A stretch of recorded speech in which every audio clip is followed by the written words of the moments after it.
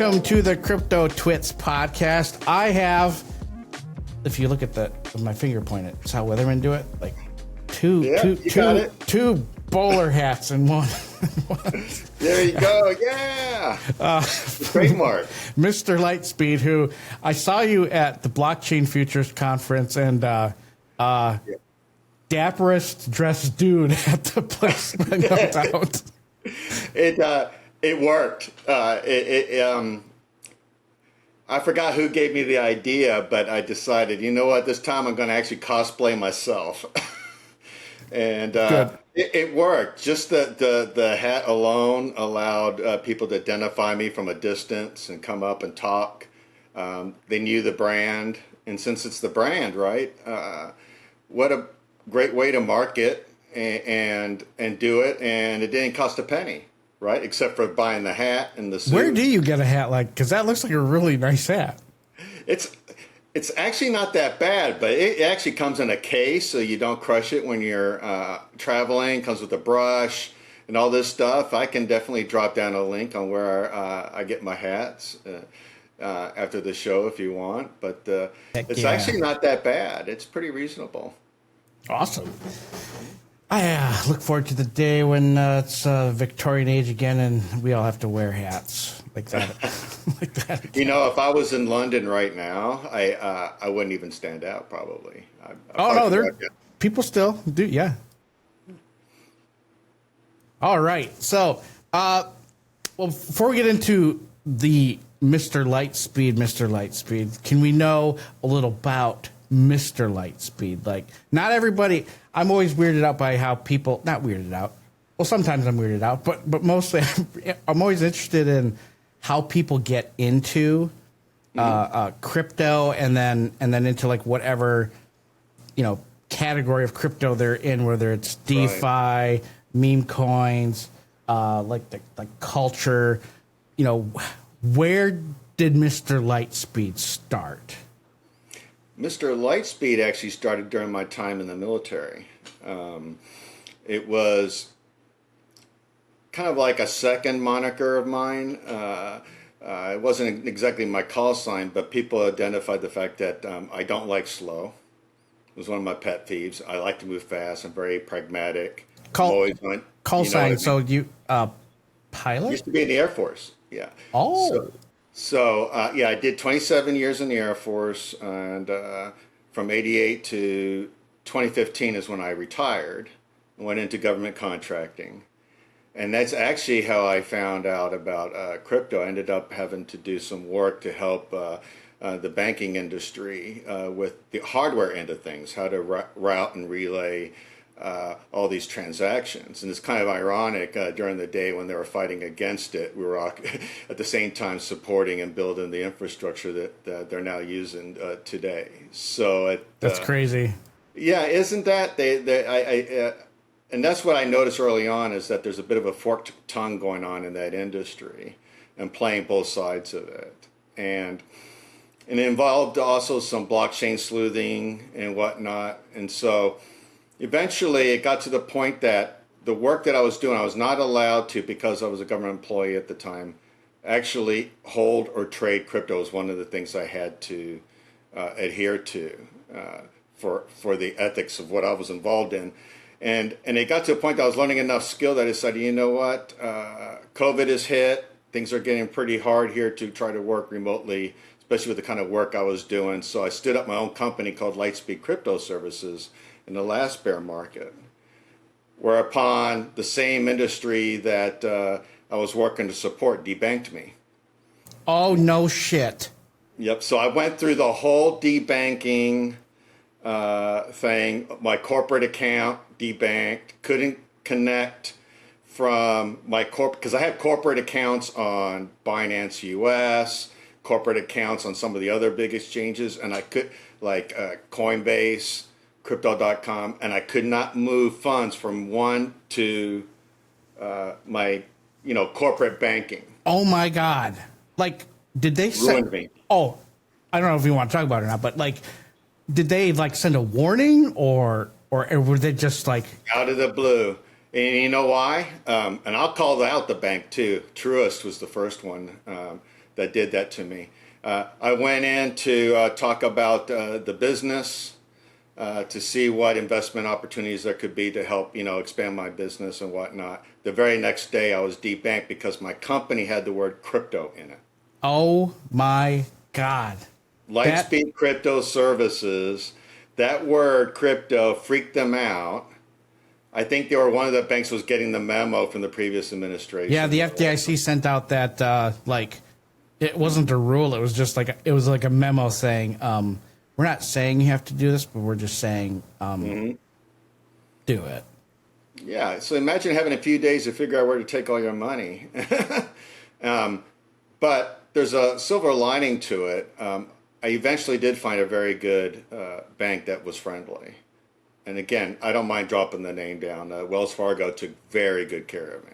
Yeah, they were like one of the I wrote about it a lot when it was happening, but Wells Fargo was one of the only like major banks that never, and I only noticed it just by somebody at work was asking me like, "Whoa, what, like Citi, J.P. Morgan, Wells Fargo," and I was like, "What?" I honestly don't think Wells Fargo's been on anybody's like hit list. Right. And it looked like they didn't suffer fools when I went in to talk to the bank manager there. I explained it all to him. He said, "Oh, we don't have a problem with that. Let's come into the office here and set up your accounts." And it was never a problem. I hired up a good CPA to make sure everything was, going to stand up to audit. And I think that was another smart thing I did. Because this stuff is just a nightmare. Of course, trying to explain some of the crazy token names to my CPA is always hilarious every year. Especially because my tax returns look like, first they look like a pet cemetery. Some of my wallets look like a pet cemetery. So maybe some of these animals will come back to life, but some of these tokens have some pretty grotesque names to them. Yeah. So I got cuss words in my tax returns, so that's fun. But, wow, that is so for anybody watching this thinking this was just like this is awesome because I wasn't even aware of this part, but this is awesome to talk to somebody who you didn't just this wasn't just created on pump.fun. Like this is nuts. This is actually this is more awesome than I thought it was. This is crazy. So, all right, that makes did you ever think of oh man, this is gonna suck? I'm done.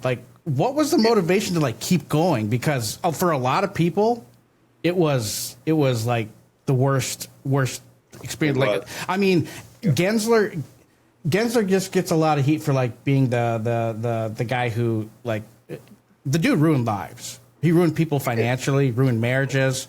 The SEC. I think crypto's hasn't really done enough hate or aggressiveness to remember how bad they targeted the little guys and just left all the big whales alone. Right. But what did you do differently? How did you decide? Well, I'm still going to stick around. I'm going to do this. What was the motivation or belief? Having really good people around me to pull me out in my darkest hours. I'll tell you right now, if it wasn't for an amazing group, and I can count them on one hand, helped me pull out through very strong depression. I've had public crash outs, totally visible online on X. I mean, I'm pretty transparent. And so I went through all of that stuff and came out the other end better and stronger for it. But it did involve, first off, I have a strong family. I'm married to the amazing, hot, super sexy Mrs. Lightspeed, which people got to meet at the conference that we were at together at Blockchain Futures Conference. And just good friends who are willing to call me out of my own BS too, by the way. Those are the best, but at the time they seem like the worst. Oh gosh, they'll tell me the things I don't want to hear at the time I don't want to hear it. But you got to pay attention to it. And they're gonna continue to go after it and after it until it finally resonates through my thick skull, right? And I start listening, and it involves mea culpa. It can involve owning up to your own mistakes quite publicly, because and then just let people know how you're going to work through it. You know, there's I think it's how you work through mistakes and how you work through hard times that can really define somebody. And I think that's helped me out tremendously. It's just, you know, okay, this isn't working out for all of us. This is what we're going to have to do. Let's close this down. Let's do it right. This is the steps. Communicate and just lay it all out there. And I think if people see that you're making the honest effort to do it right, you'll get through it. It's going to come with a lot of pain, though. Oh, yeah. It's well, especially like in the crypto space, something I learned early. Like I'm an old school ag commodity trader, and I did trading desks and traded on my own. And the journey to profitability as a trader is not what I would wish on anybody. When anybody says like they want to get into trading, I'm like, no, don't. I mean, if you're wanting to do it like as a side thing where like you are, you're interested in you want to make it a career. Nope, don't do it. You've got a wife and kids. Give up your day job, right? Yeah. It's not a quick trip to riches. It's a quick trip to the poorhouse, and it can be. Several times you might have to go through that before you realize you like it or you're an idiot. So one of those. Right. I know what you're talking about, and that's really the key part of it all is just to don't give up your day job. For me, I'm fortunate because I retired. I managed to get through all these wars scot-free and alive and well. Earned a pension, and now allows me some wiggle room to work on my hobbies, try to monetize those hobbies. This one is one of those where I actually have been, and now I just go to these conferences. I do offer services for what I do, and that's the fun part. There's going to be some real long dry spells, though. I'm telling you what, there's going to be periods because it's almost like being a seasonal worker. Yeah. And I feel like I'm a seasonal worker, and right now it's not the season. So what I do is I just simply keep networking. I keep looking for those projects that are trying to plan their way forward and see how I can help them. And then when that comes through one day, hopefully there's an opportunity there that comes up, right? So you just got to keep networking. So do you have like a team at all, or are you like just a one-man operation? I'm a one-man operation. My wife is co-owner of Lightspeed Crypto Services, so she's got a stake in the company as well. But I'm also associated with a group of 5 people, so we're kind of like I would say like a pact or conglomerate of our individual companies working together. You already spoke to Crypto Post last week. Yep. He's one of them, right? And so he's a partner. There's times where it's like the 5-person boy band, and then every now and then someone goes out and does their solo album. And that's really where we're at right now. We're in the phase where we're all putting out our solo albums, but maybe we'll go back and do a get the bands together, get the band back together again. So. But yeah, those are the same people. They're the same ones who are ensuring I'm doing okay. They're actually taking the time to do the check-ins or give me a call. I've met them all face to face. We were all down at the Blockchain Futures Conference in Miami. All of us, we were there together, and so that's cool because I know them eye to eye. Yeah. And that's the main thing is I think one of the worst lessons I've had to go through is taking accountability for people who are hiding behind pseudonyms, asking me to do things they would never dare to do themselves. Oh yeah,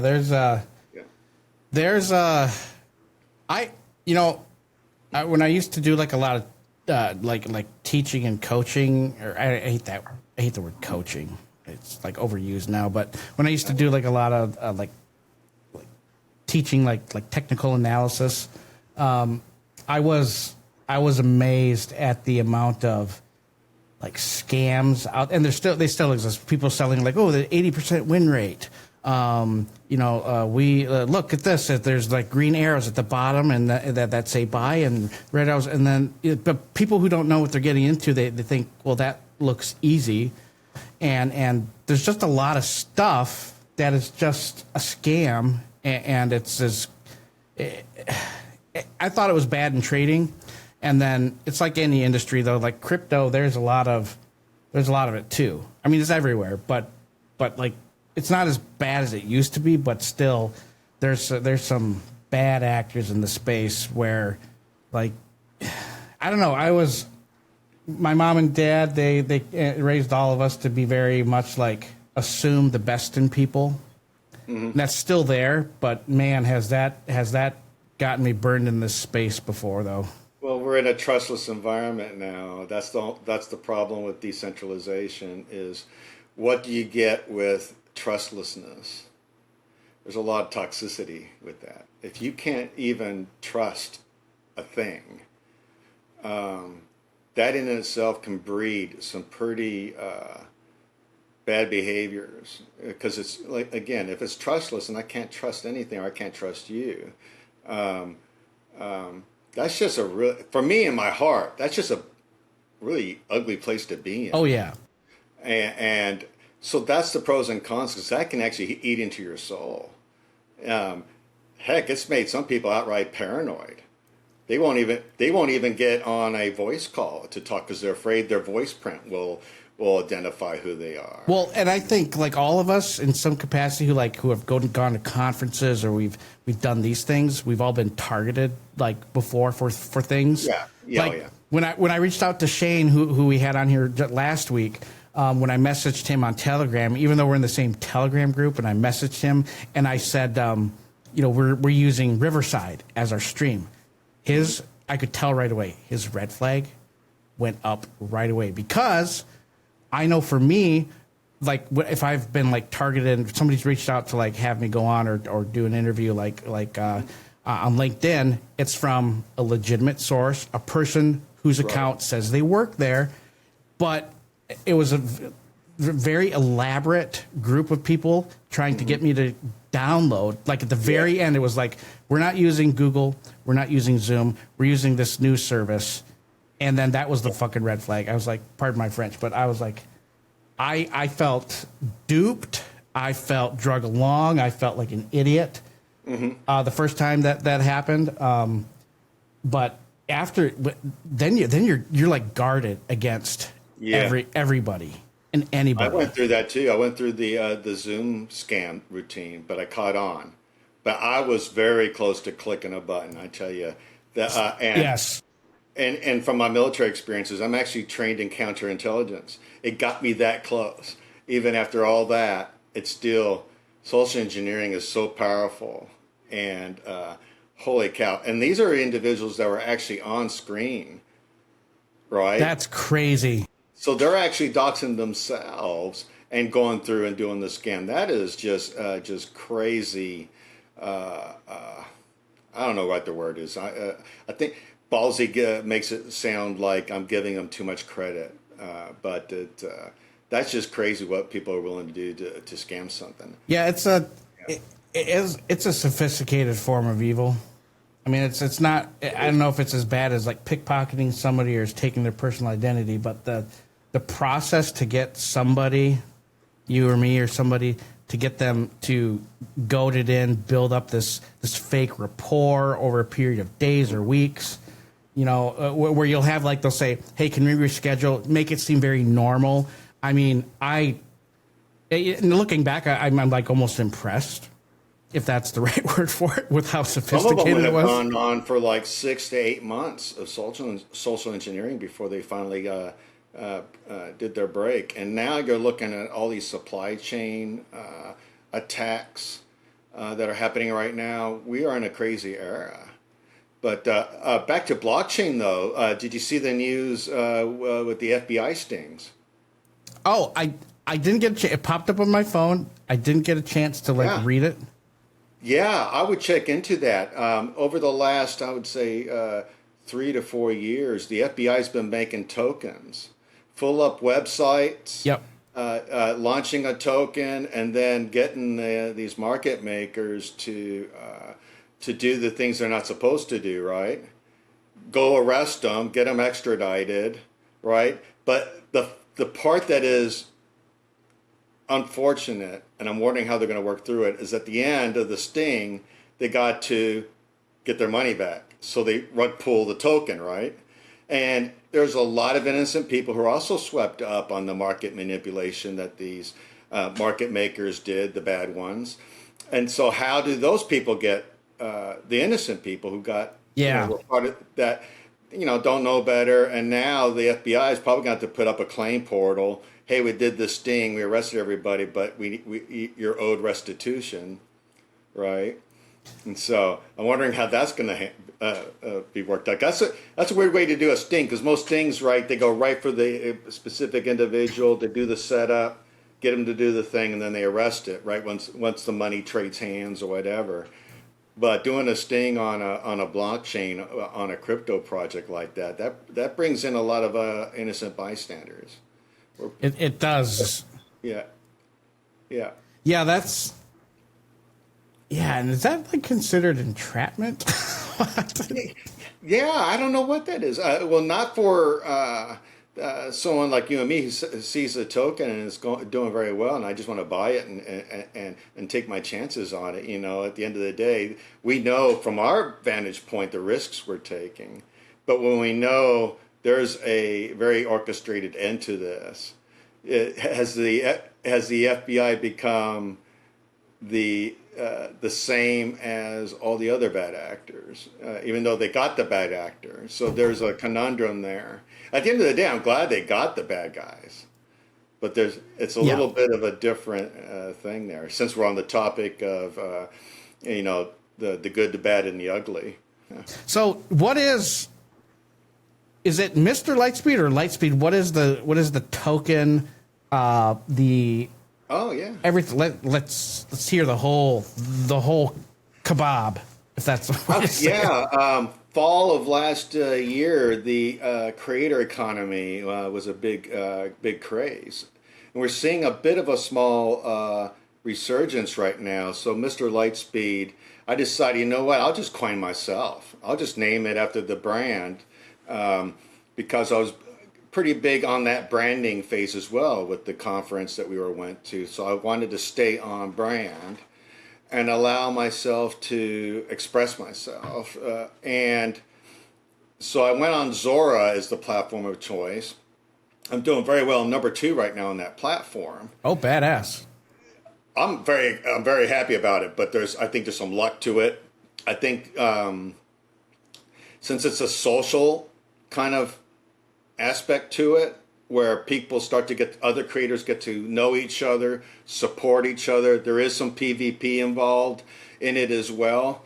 But I have found that if I'm really good to other creators and take the time to shout them out, and I can even do it on their platform, people will trade. Like I made a magazine cover called Starlooks, and I make a cover and I showcase another creator, and to ensure that they're given the credit, I make sure it's linked over to their profile, right? So people can then click through and see more about it. That has actually helped me very much. And so I think that becomes a part of what your reputation is. And as long as you stay consistent with it, with that type of reputation, you can do well on these platforms. So that's how Mr. Lightspeed became a token. And of course, I did the things like making sure I'm discoverable, right? You want to be found. Wherever you go, I call it the rule of 3. Someone's going to go on one website, they're going to see Mr. Lightspeed Creator Coin. They're going to go on another, they're going to see it on Cryptotwits, StockTwits, they're going to see me on there. And then they may see me on like a CoinGecko, CoinMarketCap. Once they see it a few times, then people are going to be more compelled to pay a visit. So you just got, wherever you go, it needs to be consistent. And the other bit of advice I would say is just ensure all your socials are also consistent.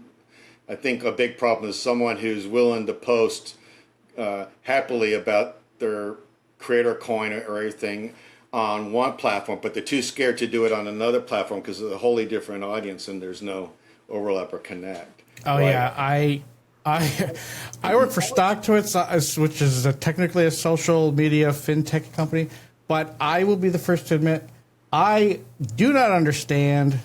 Well, I don't understand the difference between the audiences of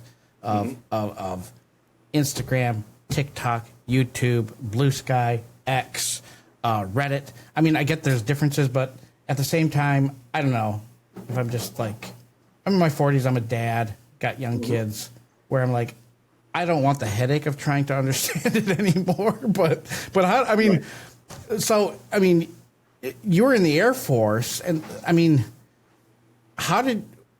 where did you start to learn to pick up all like the social strategy of getting, like, how does that work? Well, I had my own PR teams, you know, we call it in the military public affairs, right? So you have your own teams that help manage your social media presence and whatnot when you're climbing up into higher ranks. So especially when you're dealing with larger scale things, like I used to write and publish articles and magazine articles to express what we were doing in the U.S. Air Force and whatnot. So I knew early on that part of being a leader is engaging with the public to convey what you're trying to accomplish in your mission and whatnot. When I was a commander up in North Bay, Ontario for 2 years, I had to do a lot of public speaking. Wait, what commander? Like, how high of a rank did you get? I got to 05, so it wasn't. I wouldn't call it stratospheric at all, but it was enough to get to a point that it was about as high as I could go, and still be on the front lines. And then my last tour of duty was as a treaty inspector, where I was flying to Russia, Ukraine, doing treaty inspections, overflight missions, and whatnot. And then I retired. So I went out with the last hurrah, but decided not to go any further. So I think if I stuck around for longer, who knows where I'd be now. A lot of my peers are sitting at 3-4 star now. If I had stayed long for that, I'd probably not made that. I didn't have a lot of the pedigree that others did. It just happens with a little bit of good fortune and good timing and recognizing a good opportunity. And sometimes those opportunities really, really suck on the cover, right? And that was some of the best advice I got was never fail to recognize a good opportunity, Chris. Was the advice I got. And this colonel was basically hinting at something that did not look like a good opportunity. But I took it, and it got me promoted. And so... My brother, Zach, he was in the 82nd Airborne for many years, and I remember him saying something about opportunity, and it was like that was like the word nobody wanted to hear. No. It's usually it comes along with another word called voluntold. Oh, Thank yeah. you very much for volunteering for this duty. I'm like, what? What the F? Trust me, bro. So, all right, I'll do it. So building Lightspeed, Mr. Lightspeed. Am I saying it right? Yeah, Mr. Lightspeed, yeah.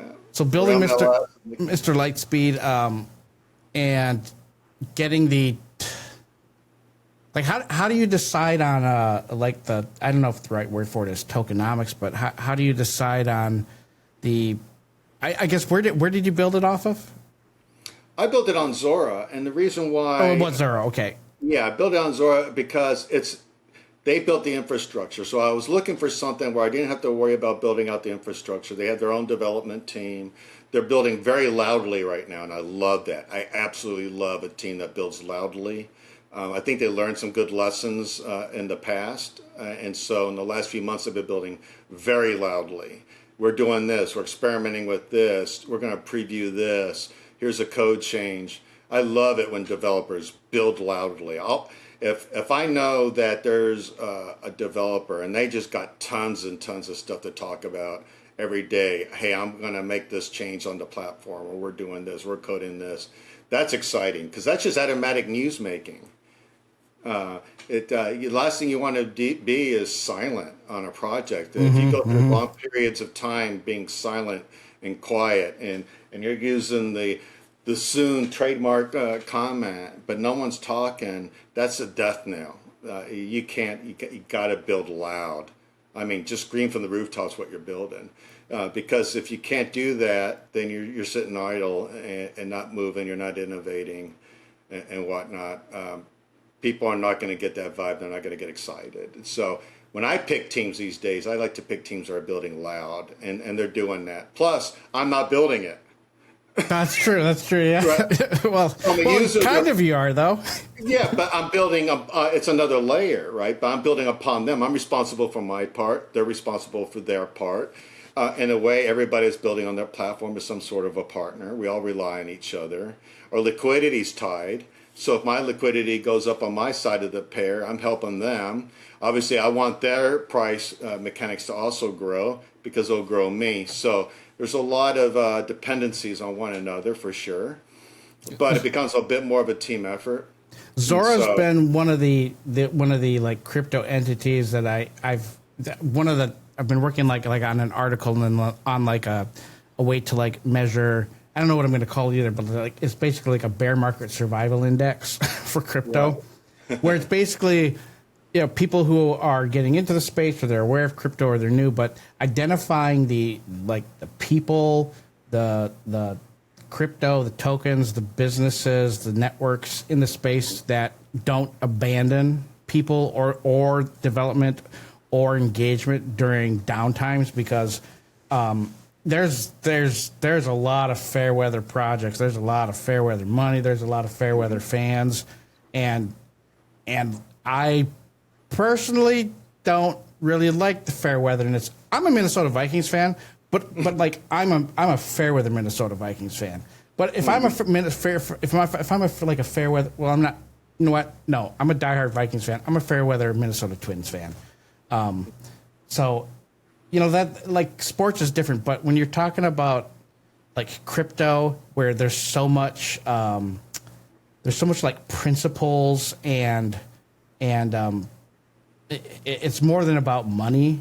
Like I know everybody has a breaking point, and projects have budgets and stuff, but I don't know. It's just there's something about things that are just only around when things are in the green that just make me go. Well, your sports analogy is not different. I know you said that, you know, well, sports is different, but it's not, because you can do everything right. You can do your playbook and do all your plays exactly right, and still not come out the other end and win. That's right? true. That is very true. Yeah. So in the military, we say that the enemy gets a vote, right? And we call it the fog of war. There's this fog, and until you can lift that fog and see what's through it and pierce that veil, you don't know what's in their playbook. And so you can literally go exactly to plan. And so no good plan survives contact with the enemy is another tagline that we use. And we should act like that in the military. I mean, in crypto, I try to use principles of war when I'm fighting it out, because it's the same in business. You got to do that. But I always put a caveat to it. But it's a good starting point, you know, from where you're going to go from. So at least go in with that plan, even if it doesn't survive contact with the enemy. But it's a good starting point from where you got to start improvising and adapting. So you're hearing all these cliche terms from me, but they're truisms because they've been honed from millennia of blood spilled. I feel like common phrases like that, because they came out of a lot of people died as a result of them being common phrases. They've stuck around for a good reason. They have. They can be a bit cliche. So just kind of, you know, try to figure a way to work it into you know, your tagline speeches and whatnot. But at the end of the day, they are truisms, and they're around for a reason, and people sacrificed for them. So So when you get up in the morning, then with your background in the Air Force, do you approach what you do every day? Is it like a planned out like process, like strict, rigorous approach to how you're how you're doing things every day, or do you approach what you're doing as a like there are people that I am in conflict with and I need to beat them to I guess is it like I'm just going to do the best, or is it like I have to be better than everybody, or like what's the mindset that you're using every day when you are, Well, I am the best. when you are putting there you go. That's the bottom line. And again, it comes from my time in the military. I remember one of the colonels coming in, and he just looked at me in the eye and says, "Are you the best?" And I looked at him, and I just recognized right then and there's the test. And I said, "Absolutely." And if you don't think I am, then I got more to do here, and I got to up my game. But I think I am, and I'm going to continue to do that. Otherwise, how are you going to become the best of the best? How are you going to go to these schools and get advanced training and continue to push it? Unless your goal is to be the best. Otherwise, there's just no point. You got to be at the best of what you do, especially now in this day and age. Yeah. In this day and age, the people that are getting hired up and all these, we'll use all the AI stuff. These are geniuses. These are very big brains, far smarter than I ever could be. You got to be at the best of what you do. And I think people will see through that and see you're compromising at times. You're slacking there, Lightspeed. Okay, I got to come in here and do that, because that's my ambition every day, is that I want people to know that I'm the best at what I do, that they're going to get the best.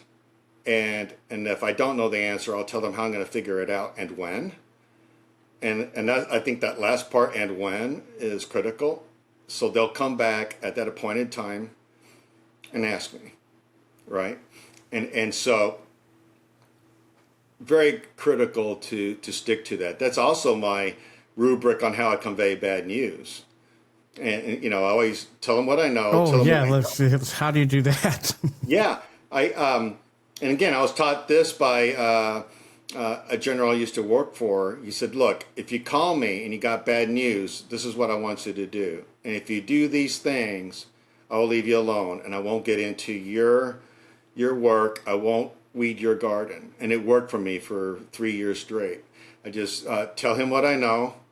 This is what I don't know. This is what I'm going to do to figure it out, and when.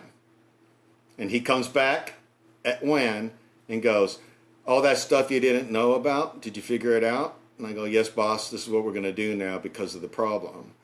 And it's worked every single time, just to work through those things, how to convey bad news.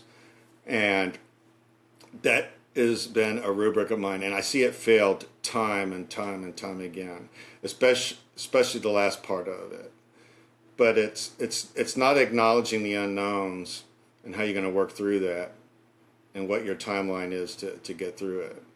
And if I don't meet the time, then he's going to ask me, what barriers can I break down? It's obviously now my problem, and I need to help you. So how can I, what can I break down for you so you can bust through this and get this solved? And so it's always worked for me. And so that's what I try to offer up for everyone who works with me and has me come on board their projects. So I try to guide them through that process.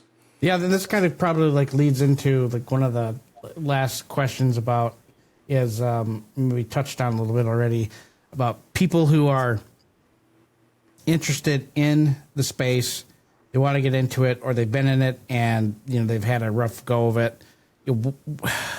I hate the cliche phrases like, "What advice would you give people?" Blah blah blah. But I don't know if that's the right question. It's too broad, but for people who are having a tough time and thinking things are going to get better, or like they're at the end of their wits' end. What advice, I guess, or what experience do you have that would help somebody listening and watching this? If they're going to make a project or try to build on here, I would say that one of the worst things you can do to your project is simply tokenize it, believe it or not. Because people build some amazing products and ruin it with tokenization because the two don't have a good symbiotic relationship with one another, right? And so because now you're dependent on a whole different kind of market and this volatility of how people think and their attention spans, when maybe all you had to do is just generate fees or something like that, and you didn't need to be actively traded, because now you just introduced volatility into your stable idea, right, and ruined it. So I tell people to think very, very carefully about what you're building. So I tell people just to work on their minimum viable product. And it's minimal for a reason. It's barely working. But at least get to that point first before you decide where you're going through. Let some people work through it, try it out, and see if they like it. Because the second problem I see a lot is people making solutions for problems that don't exist, right? So you end up with a project that then has to be hyped and pushed on people. No one's using it anyway. You got one person walking around your metaverse, and you know, as a tourist, which is like one of the weirdest, creepiest experiences when you're like, nobody's. Well, there's one dude here. What is he doing? He's all by himself. Yeah. You sign in, you're the only one in there, and then you see one other person way out there in the distance. That doesn't sell, and so there's got to be demand for it. So measure all that out first before deciding, am I really going to go down this route and tokenize it?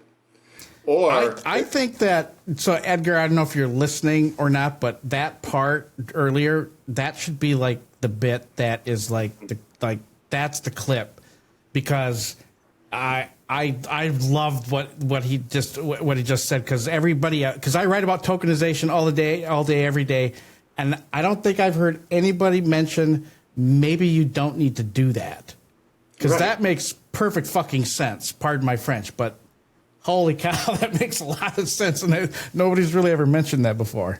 It's actually one of my most common when I have a DM and I'm asked, can you go through this concept? It's actually one of my most frequent responses is that no, you're not ready. You should not even bother launching right now. I know you think you are, but people overestimate their capabilities. We call it the Peter principle, right? You eventually you rise to your point of incompetence, right? Yeah, the desire there, but the capability's not. Right. So the desire is there, but their capability is not, because that's another thing for projects that end up doing amazingly well. The teams will usually very rapidly exceed their capability, either through ability, leadership capability, technical capability.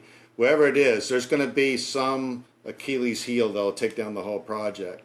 And their unwillingness to overcome it, mitigate that risk, bring on the pros, hire the right resources, that sort of thing. Cutting corners, not doing background checks on people, the whole 9 yards. And that's the biggest problem, is simply the team itself. So, at the end of the day, after I look at all the project, I say, yeah, that all looks good. I'm sure you can build it out. And I'm sure, even though I don't think there's a problem here you're solving, at the end of the day, I'll look at the team and I'll try to figure out, how good that person is. And I don't think people like me who are looking to see what projects we can support aren't looking at those individuals and how good they are. And what they do. They may be really good at a good hustle and a really good working up a volatile token on a market, but all the work is done on the market, not your product. Like I said, so until that's all. Good point. Yeah, and so you can need very deep liquidity, and that's another problem, is super thin liquidity. So the product that you're built is now so super volatile when maybe you just got to have some super deep liquidity and you're willing to just do your 10% moves. Maybe the chart's moving like molasses, but at least it's not whipsawing everywhere and giving you an ulcer in your stomach at night. Yeah, I'll take boring and steady any day of the week. Yeah, especially right now, right? No kidding, no kidding. That is a boatload of awesome that you just talked about. And then anything else about like I said, I tend to like just kind of go off on tangents, so I don't Right. I want you to I don't want to leave anything about Mr. Lightspeed out, the pitch and everything. I mean, let's hear all of it that you'd like to share. Well, it's some other nuggets of wisdom. Or about like the token and why people should participate, blah blah blah, all that jazz. I think the coolest part about my own token, Creator Coin, is that there are so many what we call the content tokens. So you got your coin, which is the Mr. Lightspeed's paired up with Zora for its liquidity, right? And then Zora has lots of liquidity pools for money to find its way to you. They got USDC liquidity pairs. They have Ethereum liquidity pairs. So the money is going to find its way to your creator coin that they trade. But you also, you're posting on it like a feed, like an Instagram, right? And every one of those has a bit of liquidity tied up to your project. So what you're doing is you're generating all this volume on your own creator coin that's then translating over to the Zora platform as well. You can actually see all the trades working its way down these liquidity pools. It's pretty cool. So as long as you are active, your project then benefits, right? And you just got to keep doing the grind and build your audience. Just like the behavior is exactly the same as if I were to try to get more impressions on X. So for people who are already in that kind of behavior, and I'm trying to build an audience and I'm trying to get more impressions, if you just embrace that kind of approach to it, then you're going to do all right on the platform. It's just right now, like anything else, the pros and cons are that it's going to go through its own waves, right? If there's a bear market, that's going to impact things. When things are really hot in the market, people are going to come in. I'm doing very well right now. I think a week ago, I was a market cap of about 60,000, really low. And then I just started talking. And then out of the blue, and this is where I recognize a good opportunity, some trades came in. They were kind of hefty. And I'm like going, whoa, what's going on here? So I started talking about that. And then I started making some more of those posts. Let's generate some interest on all social media platforms, not just Zora, for example.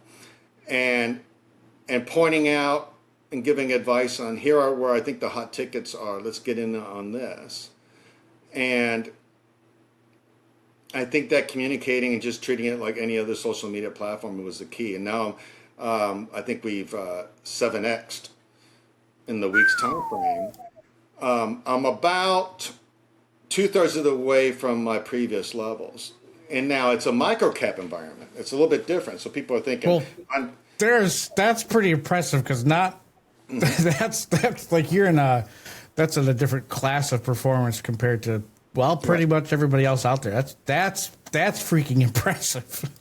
Again, maybe some luck involved there, but lots of talking, lots of communicating, just getting out there. And like I said, being on a platform and doing the thing where every day you can have something to talk about and build loudly is going to help you out. And I really is probably one of the biggest things I can just, I have repeated it several times here. Mr. Lightspeed is going to build loudly. You can go to Zora.co/Mr. _Lightspeed. You're going to find me on that platform, and you're going to see it consistent. It's going to be consistent with my X. I'm also on CoinMarketCap posting, Cryptotwits, everywhere consistent is important. And And I also do some contrarian things. My Telegram, for example, is read only. I cut out all the noise. People can just get the high signal. You want people to get high signal, and that's important. So I put it on read only, and it's never hurt me. Yeah, I mean, Telegram is just full of some of the most nicest people with all sorts of investment opportunities, and my number seems to be lost for a lot of people because they forget who I am. I'm just making a joke about the scams on there all the time, but yeah.